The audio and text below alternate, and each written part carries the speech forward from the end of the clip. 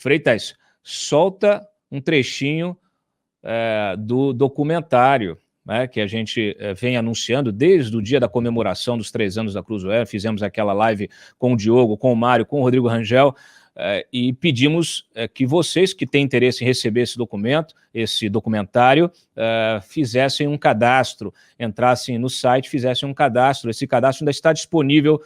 Freitas, ainda está disponível. Se você... cruzoé.com.br/documentário. Solta aí uma pílula desse documentário para o pessoal já entender o que vai ser. E a Polícia Federal me entrega a mesma ordem de censura e com a ameaça ali de que, se nós não tirássemos do ar imediatamente a revista, nós teríamos uma multa pesadíssima por dia. É um negócio que nos quebraria. O Tribunal Federal censurou sites que publicaram ao presidente da Corte, Alexandre de Moraes. A primeira revista 100% digital do Brasil, que não aceita anúncios de estatais, totalmente livre e independente, sem amarras ideológicas como toda a imprensa deveria ser. Um jornalismo que fiscaliza e investiga todos os poderes, que resultou em censura e ataques em plena democracia. É uma atividade exaustiva, pesada, a atmosfera é densa quase sempre, mas essa é a nossa missão e procuramos exercê-la com muito afinco, com alegria e, sobretudo, com energia. Ao invés dos assuntos serem discutidos com mais racionalidade, com um espírito crítico, esse debate acaba sendo obscurecido por essas paixões, muitas vezes partidárias, ideológicas. A Cruzoé tem mantido a sua linha de independência. Em um documentário com participação de Sérgio Moro, Antônio Fagundes, Alessandro Vieira, Maurício de Souza, Luiz Henrique Mandetta e diversos outros nomes importantes, você conhecerá mais sobre a revista Cruzoé, sua história, suas principais reportagens que abalaram Brasília e entenderá a importância de uma revista 100% independente e livre de amarras. Seja bem-vindo ao documentário Cruzoé, uma ilha no jornalismo.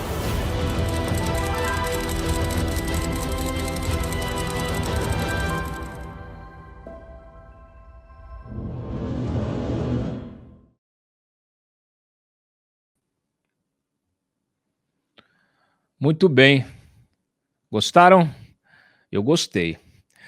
Fábio Leite, já está conosco. Boa noite, bem-vindo. Boa noite, Cláudio. Boa noite, audiência do Papo Antagonista.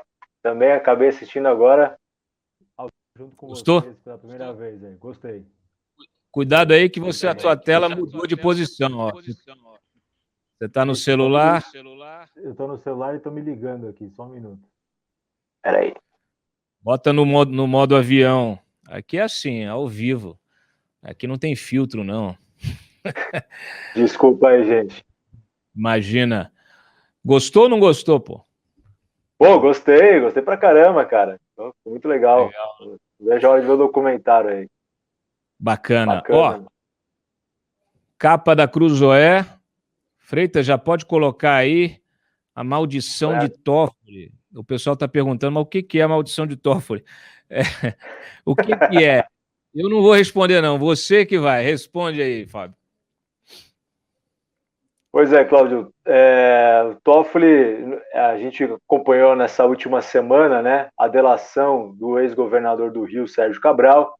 Trouxemos em primeira mão na semana passada a íntegra do acordo de delação do Cabral, no qual ele menciona o ministro do Supremo e, né, naquela acusação que o Cabral faz de que ele recebeu 4 milhões para beneficiar, dar decisões favoráveis a 2 prefeitos cassados, quando ele, Toffoli, era presidente do TSE entre 2014 e 2015, mas essa não foi a primeira vez, não foi a primeira suspeita envolvendo o ministro do Supremo. A gente já trouxe na Cruzoé, aliás, esse episódio que está narrado no nosso documentário, né, da censura à revista, aconteceu por conta de uma reportagem que mencionava o ministro Toffoli, né, no episódio da Odebrecht, né, a famosa capa do amigo do meu pai, o codinome que a Odebrecht usava para tratar do Toffoli nos seus e-mails. Enfim, então teve, no ano passado, a gente trouxe desdobramentos disso, em primeira mão, com exclusividade, os vídeos do depoimento do Marcelo Odebrecht relatando como ele se aproximou, como ele fazia para se aproximar de Toffoli quando ele ainda era advogado-geral da União no governo Lula, né? As planilhas da OAS que mencionavam a reforma na casa do Toffoli, e tudo isso naquela ocasião gerou, como aconteceu agora, no caso do delegado da Polícia Federal, que pediu a investigação com base na delação do Cabral. No ano passado, os procuradores do antigo grupo de trabalho da Lava Jato pediram também uma investigação, né, viram indícios ali que enfim, embasavam um pedido de investigação envolvendo o ministro Dias Toffoli. E aí a gente traz na capa de hoje essa matéria, fala da maldição de Toffoli, porque todo mundo que se envolve em investigações envolvendo o ministro Toffoli acabam, tem uma sina aí de que eles acabam sendo, enfim, perseguidos, alvos de procedimentos de investigação. Então a gente relata nessa matéria esse episódio que eu acabei de falar, dos procuradores da Lava Jato do ano passado, o que aconteceu com eles desde então, desde quando eles ousaram fazer o trabalho deles ali, né, de investigar uma suspeita que existia envolvendo um ministro da mais alta corte do país, e agora a gente já chamando a atenção para o que está acontecendo neste exato momento, inclusive hoje, né, a gente destaca isso na reportagem, começou o julgamento no plenário virtual do Supremo, com relação ao pedido, né, aquele recurso da Procuradoria-Geral da República para anular o acordo de delação de Cabral, e isso tudo só foi pautado depois que veio à tona que um dos delatados é o ministro Dias Toffoli. Deixa eu te interromper, justamente pegando o gancho do que você está falando, para informar os nossos espectadores que hoje começou, efetivamente, então, esse julgamento, mas está em plenário virtual. Então, já votaram, a gente colocou os 3 votos logo cedo, já votaram o próprio relator, o Edson Fachin, que obviamente votou para a manutenção do acordo, né, da homologação do acordo. Depois votou também o Barroso, que seguiu o Fachin, com uma ressalvazinha dizendo que, olha, eu concordo, eu rejeito o recurso da PGR, sigo o relator, mas ressalto que qualquer investigação, qualquer inquérito só pode ser aberto mediante a apresentação de indícios realmente fortes, né? De provas que mostrem a necessidade de se investigar um caso. Eu acho que é uma ressalva importante, até para uma responsabilidade, para uma investigação responsável contra autoridades, especialmente contra uma autoridade máxima, que é um ministro do Supremo. E votou também o Gilmar Mendes. O Gilmar Mendes votou... Pode botar a tela aí, ô Freitas, o voto do Gilmar Mendes, porque ele votou para anular a delação, e aí, no meio ali, no finalzinho, inclusive, ele ressalta, ele reafirma, reitera o ponto de vista dele, dizendo o seguinte, tem que anular a delação e tem que investigar o delegado. É justamente aquilo que você previu aí, que você, na tua apuração, já veio trazendo na capa da revista. Quer dizer, ele pede a investigação do delegado por abuso de poder e possível vazamento ali do sigilo funcional, quebra do sigilo funcional. A matéria está aí, ó. Foi o voto que empatou, depois o Barroso desempatou. No plenário virtual isso entra mais ou menos ali, cada um ao mesmo tempo. Baixa um pouquinho, Freitas, só para eu ler aqui um trecho, ó, tá aí, ó. Voto para colher, Aí lá embaixo ele diz o seguinte, ele diz o seguinte, primeiro ele diz que, e aí ele frustra um pouquinho a PGR, porque tem 2 discussões aí, tem uma discussão preliminar e tem uma discussão de mérito, porque a PGR quer anular a delação do Cabral e quer impedir a Polícia Federal de fazer delação. Só que essa questão já foi julgada pelo Supremo, o Supremo já decidiu que a Polícia Federal pode fazer delação, fez a delação do Palocci, fez a delação do Marcos Valério, fez a delação da agência de publicidade lá, da menina da agência de publicidade da Pepper, do PT, fez uma série de acordos já, acordos até envolvendo tráfico, enfim. Então ele faz essa ressalva, fala assim, ó, eu anulo a delação do Cabral, porque ele alega que a Polícia Federal avançou na investigação de um ministro da Suprema Corte, usurpando da competência do Supremo para a investigação de alguém que tem, obviamente, o foro. Na verdade, está acima do foro, né? Ministro do Supremo está acima de qualquer foro, não existe nem foro.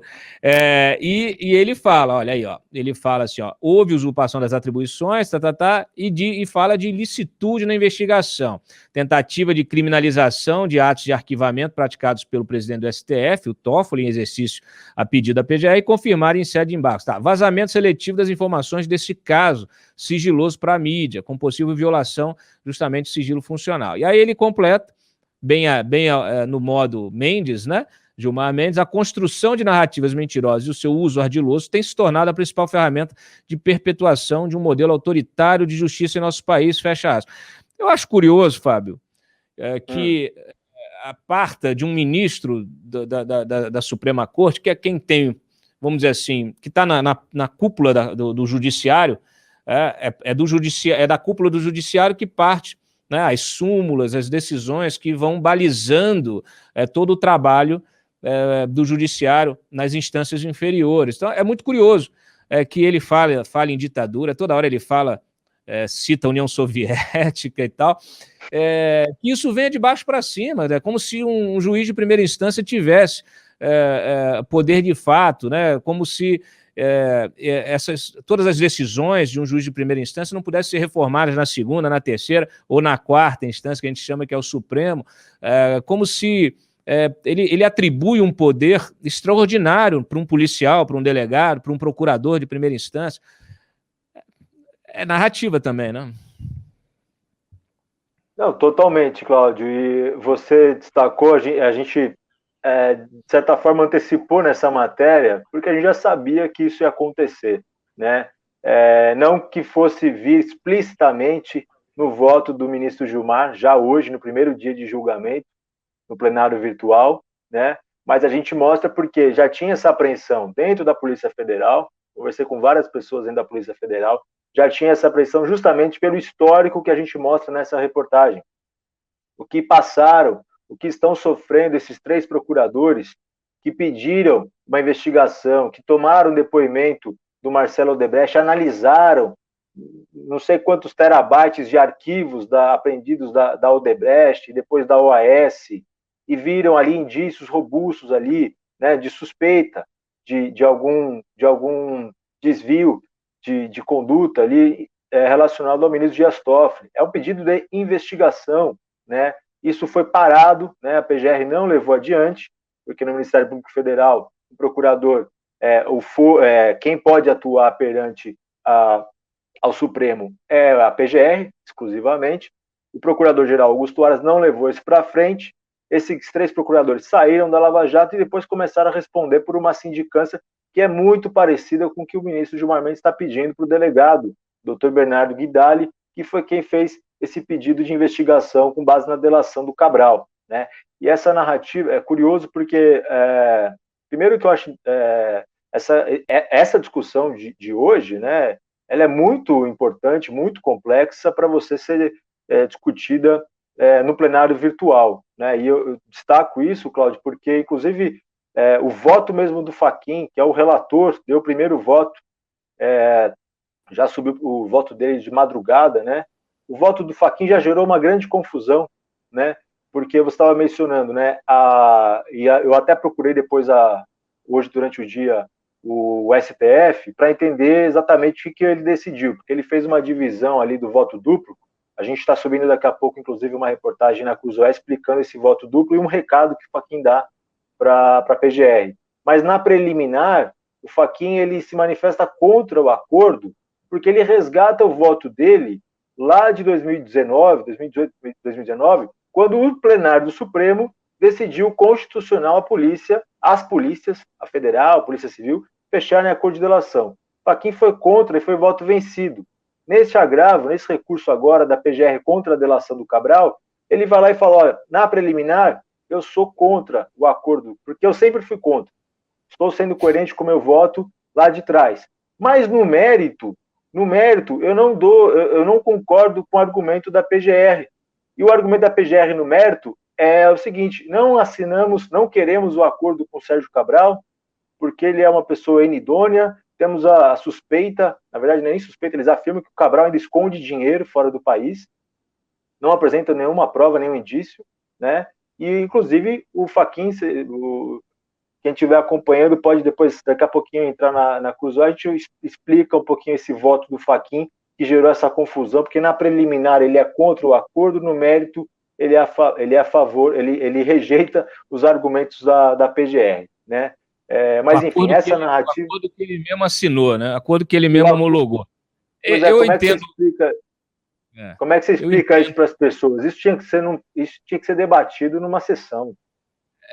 Não, sem dúvida alguma. Eu até entendo o Fachin, porque ele vai de acordo com o colegiado. É um pouco a linha do que ele falou, né, na questão do Lula, na anulação. Então, assim, ele sempre foi contra a questão da competência. Em determinado momento, ele vê que é voto perdido, voto vencido, e fala assim, não, agora eu vou seguir a colegialidade, o princípio da colegialidade. O problema todo nessa história é porque a gente percebe que não há um procedimento consolidado que tenha respaldo, como você mencionou. Quer dizer, você tem um questionamento, é justo o questionamento do Ministério Público se ele conseguir identificar as fragilidades desse acordo, né? A gente já ressaltou aqui em outros programas que o acordo feito pela polícia, ele é um acordo que ele é submetido várias vezes ao próprio ministro relator para que ele endosse ou não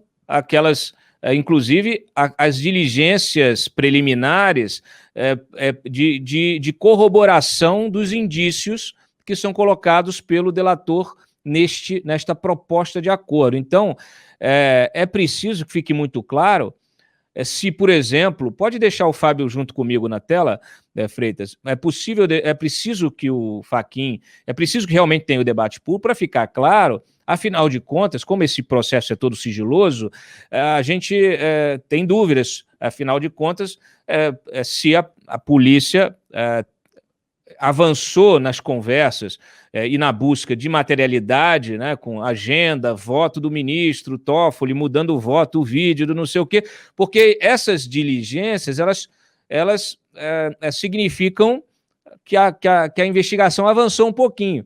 Então, quando o Gilmar Mendes acusa a PF de investigar um ministro do Supremo sem autorização, precisa ver o seguinte, mas peraí, mas o Fachin é o responsável por autorizar isso. O Fachin homologou, o Fachin autorizou a Polícia Federal a fazer isso, ele pediu essa autorização ao presidente do Supremo, ele levou isso a plenário, quer dizer, ele também está criando uma confusão dentro desse acordo que pode acabar inviabilizando esse acordo. Mas vamos seguir, porque a gente tem muito assunto ainda e a Cruzoé está recheada de matérias. Me fala das outras matérias que estão nesta edição, Fábio, por favor. Vamos lá, Cláudio. A Helena Mader, a repórter que está acompanhando para e passo a CPI da Covid, traz uma reportagem no apanhado do que aconteceu na CPI essa semana, né? E a gente coloca aí na capa aí o Festival de Mentiras, né? Que foi protagonizado principalmente por este que está aí na capa, o ex-ministro da Saúde, Eduardo Pazuello, e também pelo ex-chanceler Ernesto Araújo, né? Tudo para blindar o presidente da CPI, de qualquer responsabilidade, de qualquer culpa que venha a ser imputada a ele, né? A gente observou, isso foi bastante debatido, e a gente traz, né, para quem quer entender, saber tudo o que aconteceu na semana de mais importante da CPI, tem essa reportagem, ótima reportagem da Helena Mader. E, bom, semana passada a gente trouxe na nossa capa, e contamos aqui, né, o meu colega Patrick Campores, que participou do programa, a questão do mensalão do Bolsonaro, né, e a gente continuou, porque esse é um caso complexo, mas muito importante, e a gente traz uma reportagem agora, Cláudio, um desdobramento disso, mostrando, né, na semana passada a gente falou dos 3 bilhões de reais desse orçamento paralelo, que o governo usou para comprar apoio de parlamentares, por meio do Ministério do Desenvolvimento Regional, né? E esse modelo se replicou em outras pastas. Então tem essa matéria, assinada de novo pelo Patrick, pelo Luiz Vassalo, mostrando que a conta é maior do que os 3 bilhões.